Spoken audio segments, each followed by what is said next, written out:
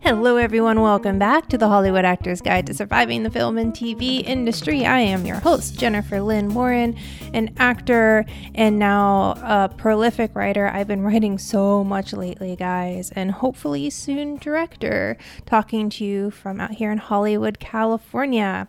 Muhammad Ali said, "Don't count the days, make the days count."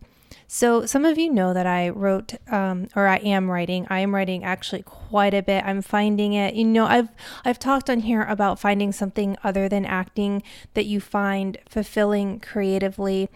Sometimes I would paint, I dance as well, but recently, and I've been writing for over 10 years, but there's been something about the past 6 months that I just can't stop writing scripts and stories, poetry, whatever's coming into my head. And I'm finding it very fulfilling. And I really, really want to direct. And I actually wrote something that I can shoot with zero budget because I was having a problem with the last short I wrote about budgetary restrictions and age and everything.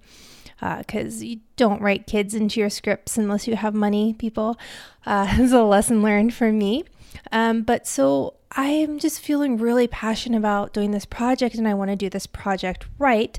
So you may not have been hearing from me lately because I went and got myself a second job. So I'm working 2 full-time survival jobs around working on my acting career and getting, everything's self-taped these days. So I'm not really worried about auditions, though, of course, because this is how the universe works. I did have an in-person audition on Monday for one of my favorite companies that makes my favorite video game. So I'm always excited to go see them because I kind of geek out a little bit inside just seeing somebody that's at all remotely, connected to this video game I love, but I digress.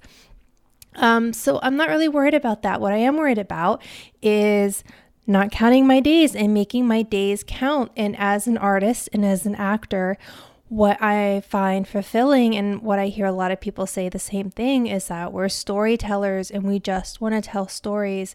And I've got a couple stories I really want to tell. So I've buckled down and I'm pretty much self-financing my next project. And to do that, I went and got another job.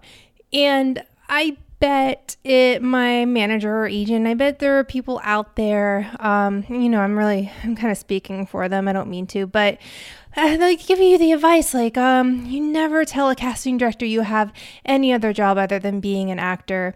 And I think that's such bullshit. I think that at least the casting directors I know and that I really respect, like Tracy Twinkie Bird or Emsada Nia, Jessica Sherman, like really amazing, kind-hearted, warm casting directors. If I was like, ladies, oh, interesting, they're all ladies. They usually are, aren't they? If I'm like, ladies, listen, I got another job and I am waiting tables or I'm doing this and that because I want to create my own content and I want to do this as an actor. So I have this on my reel and yada, yada, yada. You really think they're going to be like, oh, I can't call that actor in because they're so excited about being an actor that they went and got another job to produce their own content? No. And also, guys, they're not stupid. And in fact, a lot of casting directors, because they have to hustle just like we do, also have, wait for it, survival jobs.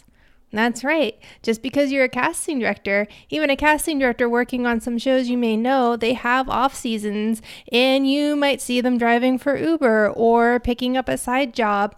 So never judge anybody because we are all hustling. We're all out here or wherever you are to do what we are here on this planet to do. So never let anybody make you feel bad for doing whatever it is that you have to do to make your time on this planet count and to do what makes you happy and brings you fulfillment. So if that means you need to go out and get 10,000 jobs for 5 months to put the money together to shoot your project or put up your theater piece or move to Los Angeles, whatever it is your dream is, don't let what other people think of you stand in the way of getting done what you need to get done.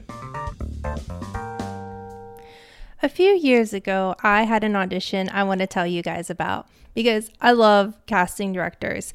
I think they're awesome, and most of them are pretty creative, and unless they've got something else going on in their life, they're actually really, really nice people.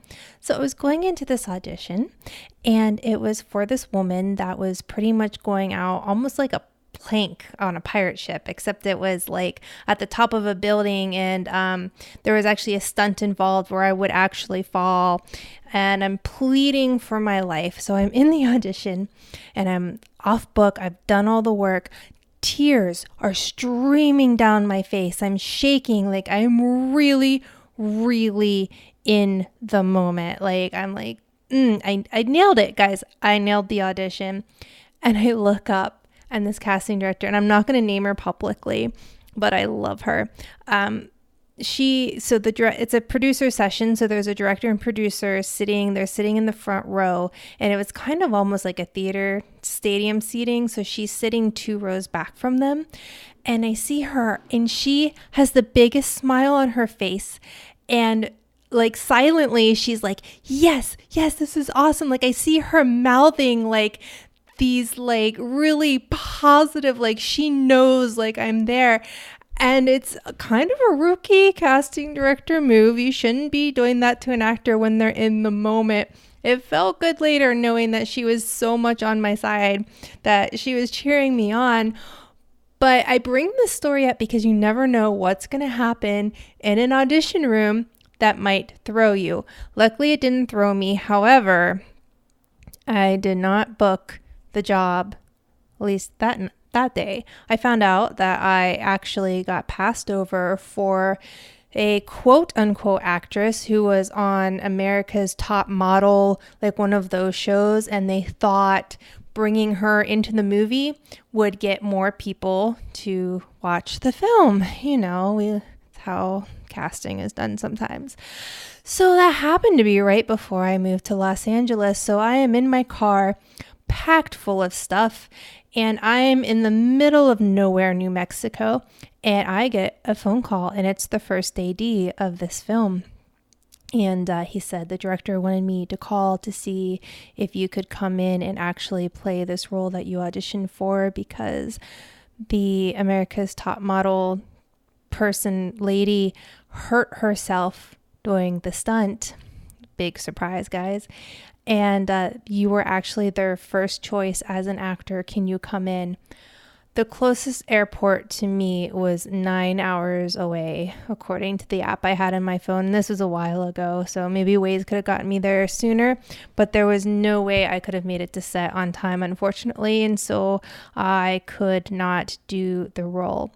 But I also tell you this story because sometimes you do book the room. You in a way, you book the role where they really want you because they know that you're the best actor, but sometimes fear gets the best of them and they go with an influencer or a model or something that they think is going to be like more of a path of least resistance. And occasionally they regret that decision. And so you can't really, when you nail an audition, know that you really booked it and know that there are other powers out there that could be keeping you from really getting on that set, and it has nothing to do with you or your performance. So let's talk about my favorite thing to talk about, and that is the actual acting part. So let's talk about choices in scene and scene study. And today I want to go over the fact that indifference and tolerance are not options for you to choose for your character.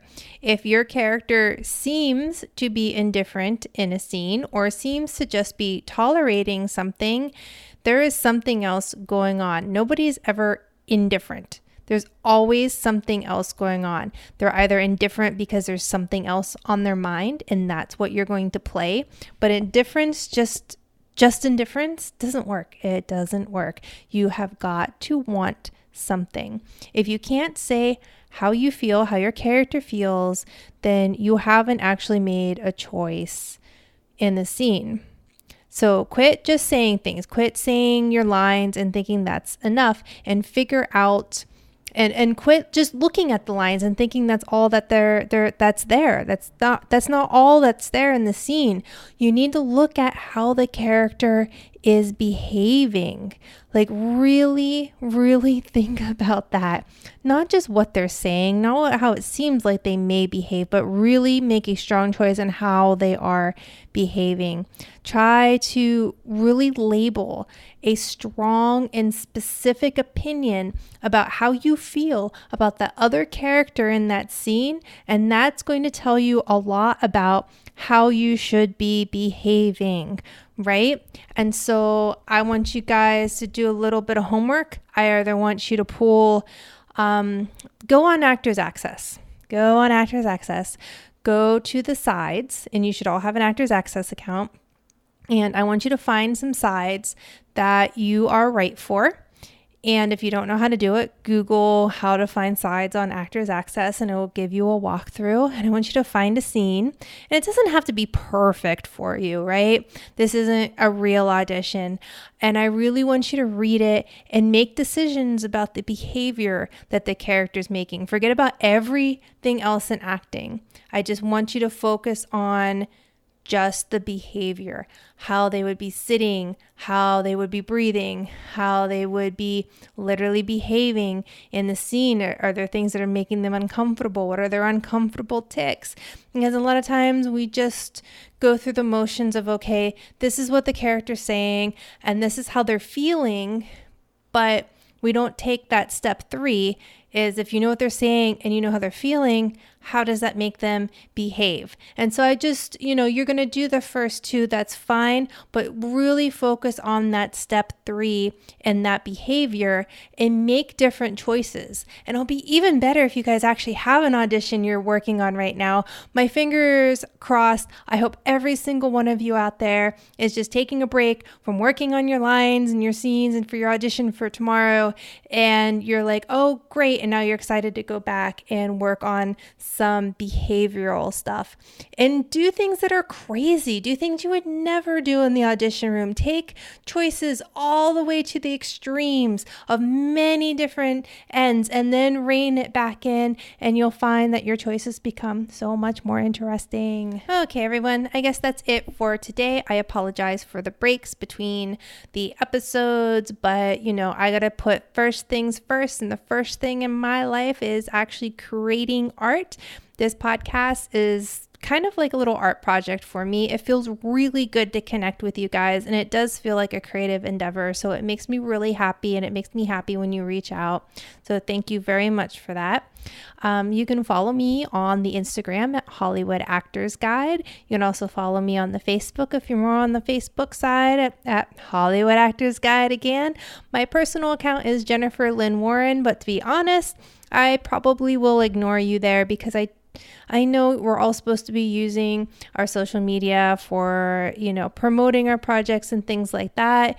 But, sometimes you got to turn your brain off and just, you just want to see what your mom's up to, or your brother, or your friend's new dog. You want to go in there and have your personal connections. And sometimes you're trying to turn off from work.